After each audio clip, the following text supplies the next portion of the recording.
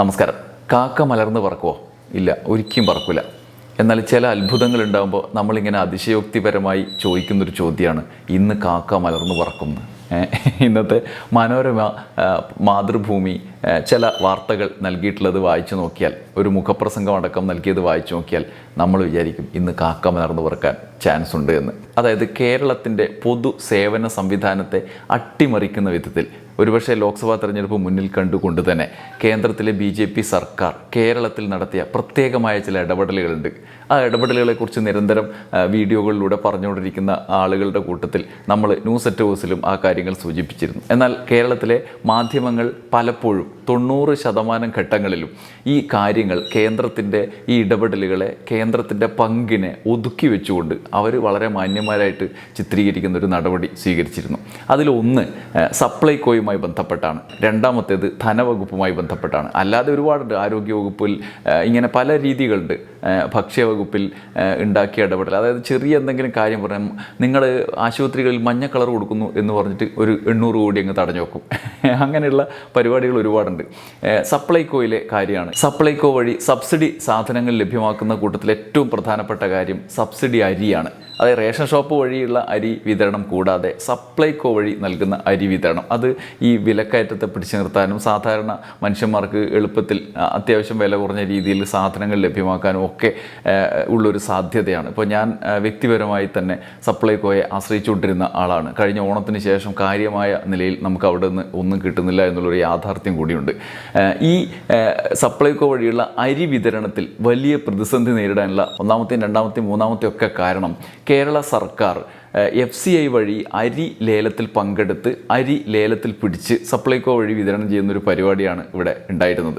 ആ പരിപാടി നടക്കുന്നത് കേന്ദ്ര സർക്കാർ കാണുന്നുണ്ടാവുമല്ലോ. അങ്ങനെ ഒരിക്കലും കേന്ദ്ര സർക്കാർ തീരുമാനം എടുത്തിട്ടാവണം അങ്ങനെ സപ്ലൈകോയിൽ സർക്കാർ അല്ലെങ്കിൽ സർക്കാരിൻ്റെ ഏജൻസി സപ്ലൈകോ ലേലത്തിൽ പങ്കെടുക്കണ്ട എന്ന് തീരുമാനിച്ചു. കഴിഞ്ഞ ഒരു 1.5 വർഷം മുമ്പ് തീരുമാനിച്ചു. തെരഞ്ഞെടുപ്പൊക്കെ വരികയാണല്ലോ. എന്നിട്ട് സപ്ലൈകോ വഴി അതുകൊണ്ട് ഈ അരി, സബ്സിഡി അരി കൊടുക്കുന്ന പരിപാടിയിൽ വലിയ പ്രതിസന്ധി ഉണ്ടായി. അങ്ങനെ FCI വഴി സപ്ലൈകോ ലേലത്തിലെടുത്ത് അരി പിടിക്കുന്ന പരിപാടി നിർത്തി എന്ന് പറഞ്ഞാൽ അതിനെ സ്വകാര്യ കമ്പനികൾ പിടിച്ചാൽ മതി, അങ്ങനെ ഒരു സർക്കാർ ഏജൻസി പിടിക്കേണ്ട എന്ന നിയമം കൊണ്ടുവന്നു. നിയമം എന്നല്ല, ഒരു സംവിധാനം, ഒരു നിർദ്ദേശം കൊണ്ടുവന്നു. അപ്പോൾ കേരള സർക്കാർ ഈ സപ്ലൈകോ വഴിയുള്ള അരി വിതരണത്തിൽ വലിയ പ്രതിസന്ധി നേരിട്ടു. ഇതൊരു പ്രത്യേകതരം പരിപാടിയായിരുന്നു. എന്നിട്ട് എന്ത് ചെയ്തു? ഈ അരി മുഴുവൻ തൃശ്ശൂരിലേക്ക്, ഭാരത് അരി എന്ന് പറഞ്ഞിട്ട് തൃശ്ശൂരിൽ വിതരണം ചെയ്തു. എന്നിട്ട് ലോറിയിൽ ഇങ്ങനെ മുകുന്ദേട്ട സുമിത്ര വിളിക്കുന്ന പറഞ്ഞ സിനിമയിലെ ലോറിയിൽ വെള്ളം കൊണ്ടുപോകുമ്പോൾ ആൾക്കാർ അതിൻ്റെ പിന്നാലെ പായുന്ന പോലെ ഭാരത് അരി എന്ന് പറഞ്ഞിട്ട് കേന്ദ്രത്തിൻ്റെ ഏജൻസിയുടെ വണ്ടി വന്നിട്ട് ആളുകൾക്ക് ഇങ്ങനെ കൊടുക്കുന്ന ഒരു പരിപാടി, വളരെ പ്രാകൃതമായ ഒരു പരിപാടി കേരളത്തിൽ നടത്തി. വോട്ടിന് വേണ്ടിയിട്ടല്ലാണ്ട് പിന്നെ എന്തിനാണ് ഈ പരിപാടി? അങ്ങനെ ആ അരി മറച്ചു എന്നാണ് മാധ്യമങ്ങളിൽ നിന്നും, ഇംഗ്ലീഷ് മാധ്യമങ്ങളിൽ നിന്നൊക്കെ നമുക്ക് മനസ്സിലായത്. എന്തായാലും ഇന്ന് ഞാൻ നിങ്ങളുടെ മുമ്പിലേക്ക് വരാനുള്ള ഒരു കാരണം, സപ്ലൈകോ വഴി ഈ പരിപാടി നടത്തിയതിനെക്കുറിച്ച് നമ്മൾ വാർത്തയിൽ നിന്നൊന്നും അറിഞ്ഞിട്ടില്ല. ഇത് കേന്ദ്രം നടത്തിയ ദുഷ്ടലാക്കോട് കൂടി ചെയ്ത പരിപാടിയാണ് എന്നൊന്നും നമ്മളെ ആരും അറിയിച്ചില്ല. എന്തായാലും ഇന്ന് മനോരമ ലീഡ് വാർത്ത നൽകുന്നുണ്ട്. വഴി തുറന്നു അരിക്കും ഗോതമ്പിനും എന്നാണ്. അതായത് സപ്ലൈകോയിൽ ഈ ലേലത്തിൽ പങ്കെടുക്കാനുള്ള അർഹത പുനഃസ്ഥാപിച്ചു. ഈ തെരഞ്ഞെടുപ്പിന് വേണ്ടി നമ്മളൊരു തട്ടിക്കൂട്ട് പരിപാടി നടത്തിയതാണ്, ജനങ്ങളെ പറ്റിക്കാൻ വേണ്ടി ഒരു പരിപാടി നടത്തിയതാണെന്ന് പ്രഖ്യാപിക്കുന്നൊരു സംവിധാനമായിട്ടാണ് ഈ വാർത്തയെ നമ്മുടെ മുമ്പിലേക്ക് എത്തിക്കുന്നത്. FCI ലേലം, സപ്ലൈകോയുടെ വിലക്ക് നീങ്ങും, വഴി തുറന്നു അരിക്കും ഗോതമ്പിനും. അപ്പോൾ നമ്മൾ ആദ്യമായിട്ടാണ് ഈ വാർത്ത മനോരമ മാത്രം വായിക്കുന്ന ആൾ വായിക്കുന്നുണ്ടാവുക. കാരണം ഇങ്ങനൊരു പരിപാടി ഉണ്ടായെന്ന് നമ്മൾ അറിയിച്ചിട്ടില്ല. ഇവിടുന്ന് GRNലും സംസ്ഥാന സർക്കാരിൻ്റെ ആൾക്കാരൊക്കെ നിരന്തരം പറഞ്ഞുകൊണ്ടിരുന്നു എന്നല്ലാണ്ട് പത്രങ്ങളിലൂടെ ആധികാരികമായൊരു വാർത്തയായിട്ട് നമ്മുടെ മുമ്പിലേക്ക് വന്നിട്ടില്ല. എന്തായാലും ഇന്ന് പുനഃസ്ഥാപിച്ച വാർത്ത ആധികാരികമായിട്ട് തന്നെയുണ്ട്. മനോരമ ലേഖകൻ റിപ്പോർട്ട് ചെയ്യുന്നത്, ഫുഡ് കോർപ്പറേഷൻ ഓഫ് ഇന്ത്യയുടെ FCIയുടെ ഈ ലേലത്തിൽ പങ്കെടുക്കാൻ 1.5 വർഷമായി സപ്ലൈകോയ്ക്കുണ്ടായിരുന്ന വിലക്ക് പിൻവലിക്കാനും റേഷൻ കടകളിലൂടെ നൽകുന്ന പ്രത്യേക അരിവിഹിതത്തിൻ്റെ വിതരണത്തിന് കൂടുതൽ സമയം നൽകാനും കേന്ദ്രം സമ്മതിച്ചു. ഓണക്കാലത്ത് കേരള വിപണിയിൽ കൂടുതൽ അരിയും ഗോതമ്പും എത്താനും സപ്ലൈകോ വിൽപ്പനശാലകളെ സബ്സിഡി അരിയുടെ ക്ഷാമം പരിഹരിക്കാനും ഇതോടെ വഴിയൊരുങ്ങി. അപ്പോഴും അതിൻ്റെ ഒരു കേന്ദ്രത്തിൻ്റെ ഔദാര്യം എന്നുള്ള നിലയിലാണ് ചിത്രീകരിക്കുന്നത് എന്നുള്ള വേറെ കാര്യം. ഭക്ഷ്യമന്ത്രി പ്രഹ്ലാദ് ജോഷിയുമായി നടത്തിയ കൂടിക്കാഴ്ചയിലാണ് നമ്മളെ ഭക്ഷ്യമന്ത്രിക്ക് ഉറപ്പ് ലഭിച്ചത്. FCI ഗോഡൗണുകളിൽ അധികമുള്ള ധാന്യങ്ങൾ കുറഞ്ഞ വിലയ്ക്ക് മൊത്ത വ്യാപാരികൾക്ക് നൽകുന്ന ഓപ്പൺ മാർക്കറ്റ് സെയിൽസ് സ്കീം ലേലത്തിൽ നിലവിൽ സപ്ലൈകോ പങ്കെടുക്കാതിരിക്കാത്തതല്ല, പങ്കെടുക്കാൻ അനുവദിച്ചിരുന്നില്ല. എന്നാലും ചെറിയൊരു അളവ് കേന്ദ്രത്തിന് കൊടുക്കണമല്ലോ. കേരളത്തിലെ മുൻഗണന ഇതര വിഭാഗത്തിലെ നീല വെള്ള കാർഡ് ഉടമകൾക്ക് കേന്ദ്രം നൽകുന്ന പ്രത്യേക റേഷൻ അരി വിഹിതം അതതു മാസം വിതരണം ചെയ്യണമെന്ന വ്യവസ്ഥയിലും ഇളവ് ലഭിക്കും. പ്രതിമാസ സീലിംഗ് എന്നത് 3 മാസത്തെ സീലിംഗ് ആക്കി മാറ്റുമ്പോൾ സൂക്ഷിച്ചു വയ്ക്കുന്ന അരി ഉത്സവ സീസണുകളിൽ സ്പെഷ്യൽ റേഷൻ വിഹിതമായി നൽകാം. ടൈഡ് ഓവറിലെ 6450 മെട്രിക് ടൺ ഗോതമ്പ് പുനഃസ്ഥാപിക്കണമെന്ന കേരളത്തിൻ്റെ ആവശ്യം അംഗീകരിച്ചാൽ നീല വെള്ള കാർഡ് ഉടമകൾക്ക് ആട്ട വിതരണം പുനരാരംഭിക്കാൻ കഴിയും. എന്നിട്ട് ഈ കാര്യത്തിൻ്റെ കൂടെ ഒരു ചെറിയ ബോക്സ് വാർത്ത കൊടുത്തിട്ടുണ്ട്. സപ്ലൈകോയ്ക്ക് നൽകേണ്ട അരി പിടിച്ചു വെച്ചിട്ട് അതെങ്ങനെയാണ് ജനങ്ങളിലേക്ക് എത്തിക്കാൻ അവർ ശ്രമിച്ചത്, വോട്ടാക്കി മാറ്റാൻ ശ്രമിച്ചത് എന്നുള്ളത്. അതായത് വന്നത് ഭാരതരി. OMSS ഈ ലേലത്തിൽ 1.5 വർഷത്തിലേറെയായി സംസ്ഥാന ഏജൻസികളെ കേന്ദ്രം വിലക്കിയിരുന്നു.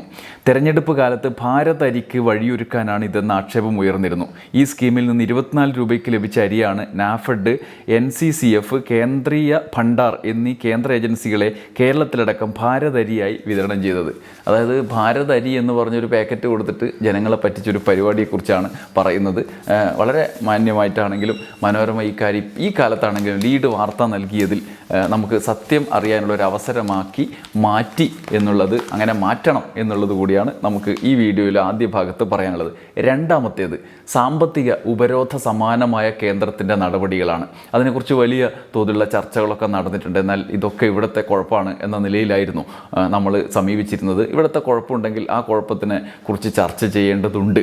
അതൊരു സത്യമാണ് എന്ന നിലയിൽ ചർച്ച ചെയ്യേണ്ടതുണ്ട്. ധൂർത്തുണ്ടെങ്കിൽ ധൂർത്തിനെക്കുറിച്ച് ചർച്ച ചെയ്യണം. അതൊന്നുമല്ല യഥാർത്ഥത്തിലുള്ള പ്രശ്നം. സാമ്പത്തിക പ്രശ്നങ്ങളെ പരിഹരിക്കുന്ന എല്ലാ സംസ്ഥാനങ്ങൾക്കും അനുവദിച്ചുകൊണ്ടിരുന്ന ഒരു കാര്യമാണ് കടമെടുപ്പ് പരിധി കുറയ്ക്കുകയും ചെയ്തതോടുകൂടിയാണ് യഥാർത്ഥത്തിൽ വലിയ പ്രതിസന്ധി ഉണ്ടായിരുന്നത്. അതായത് കേരളത്തിലൊരു സിസ്റ്റം കൊണ്ടുവന്നത് ബജറ്റ് വിഹിതം അങ്ങനെ തന്നെ മറ്റ് തുടർ പ്രവർത്തനങ്ങൾക്ക് ഉപയോഗിക്കുകയും അടിസ്ഥാന സൗകര്യ വികസന പ്രവർത്തനങ്ങൾക്ക് കിഫ്ബി എന്നൊരു സംവിധാനം ഏർപ്പെടുത്തുകയും ചെയ്തു. എന്നാൽ ഈ കിഫ്ബിയെ കടപരിധിയിൽ ഉൾപ്പെടുത്തിയതോടുകൂടി കേരളം വലിയ പ്രതിസന്ധിയിലായി. അതിൻ്റെ തുടർച്ചയായിട്ടാണ് കേരളത്തിലെ പൊതുവായ സംവിധാനം മുഴുവൻ അട്ടിമറിക്കപ്പെടുന്ന രീതിയിലേക്ക് പോവുകയും ക്ഷേമ പദ്ധതികളടക്കം പ്രതിസന്ധിയിലാവുകയും ചെയ്തു. ഈ യാഥാർത്ഥ്യം അംഗീകരിക്കാൻ കേരളത്തിലെ പ്രതിപക്ഷം തയ്യാറായിരുന്നില്ല ഇത്രയും കാലം. എന്നാൽ ഈ സാഹചര്യത്തിൽ പുതിയ പാർലമെൻറ്റ് രൂപീകരിക്കപ്പെട്ടു, ബജറ്റ് സമ്മേളനത്തിലേക്ക് കടക്കുകയാണ്. ഈ ഘട്ടത്തിൽ കേരളത്തിൻ്റെ സാമ്പത്തിക പ്രതിസന്ധിയെക്കുറിച്ച് നിരന്തരം പറയുകയും സമരം നടത്തുകയും ഒക്കെ ചെയ്യുന്ന മുഖ്യമന്ത്രിയുടെയും സർക്കാരിൻ്റെയും നേതൃത്വത്തിൽ ഈ ഘട്ടത്തിൽ MP-മാരുടെ യോഗം വിളിച്ച് ഈ കാര്യം വീണ്ടും അവതരിപ്പിച്ചപ്പോൾ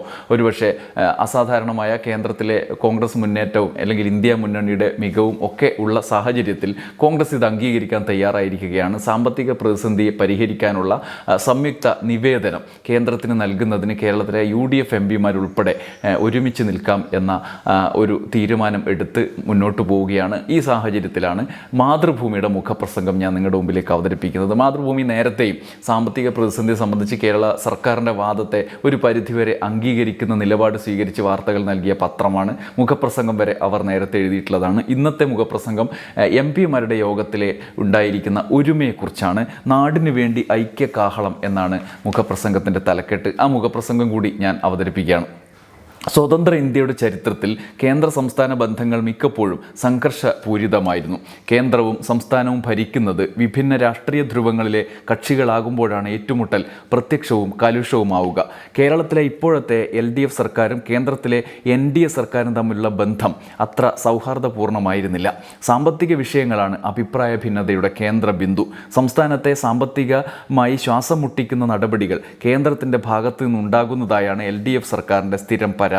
അളമുട്ടിയാൽ ചേരയും കടിക്കും എന്ന് പറയാറുള്ളത് പോലെയാണ് കഴിഞ്ഞ ഫെബ്രുവരി 8 മുഖ്യമന്ത്രി പിണറായി വിജയൻ തൻ്റെ മന്ത്രിസഭാ അംഗങ്ങളെ ഒന്നടങ്കം കൂടെ കൂട്ടി ദേശീയ തലസ്ഥാനത്തെ ജന്തർ മന്ദിറിൽ പോയി കുത്തിയിരിപ്പ് സമരം നടത്തിയത്.